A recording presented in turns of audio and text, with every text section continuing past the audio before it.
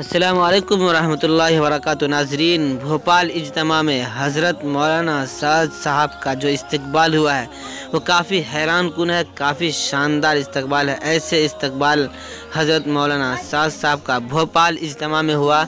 जी हाँ नाज़रीन, आप देखेंगे, आप भी देखकर हैरान रह जाएंगे कि आखिर ऐसा इस्तकबाल जो किसी पीएम का भी नहीं होता है, जो किसी राष्ट्रपति का भी नहीं होता है, जो किसी बड़े बड़े लोगों का भी नहीं होता है, ऐसे लोगों का जो काफ़ी मालदार होते हैं, एडवानी का भी नहीं होता है, लेकिन मौलाना साद साहब का इस्तकबाल आप देख कर के हैरान रह जाएंगे। बड़े बड़े उलमा देख कर हैरान रह जाएंगे। जी हाँ नाज़रीन, ऐसा इस्तकबाल भोपाल इज्तिमा में हज़रत मौलाना साद साहब का इस्तकबाल हो रहा है। जी नाज़रीन, स्क्रीन पर आप देख रहे हैं भोपाल इस्तकबाल में हज़रत मौलाना मरकज़ निज़ामुद्दीन से आए हुए अमीर तबलीग हज़रत मौलाना साद साहब का भोपाल तबलीगी इज्तिमा में इस्तकबाल आप देख कर के भी हैरान रह जाएंगे।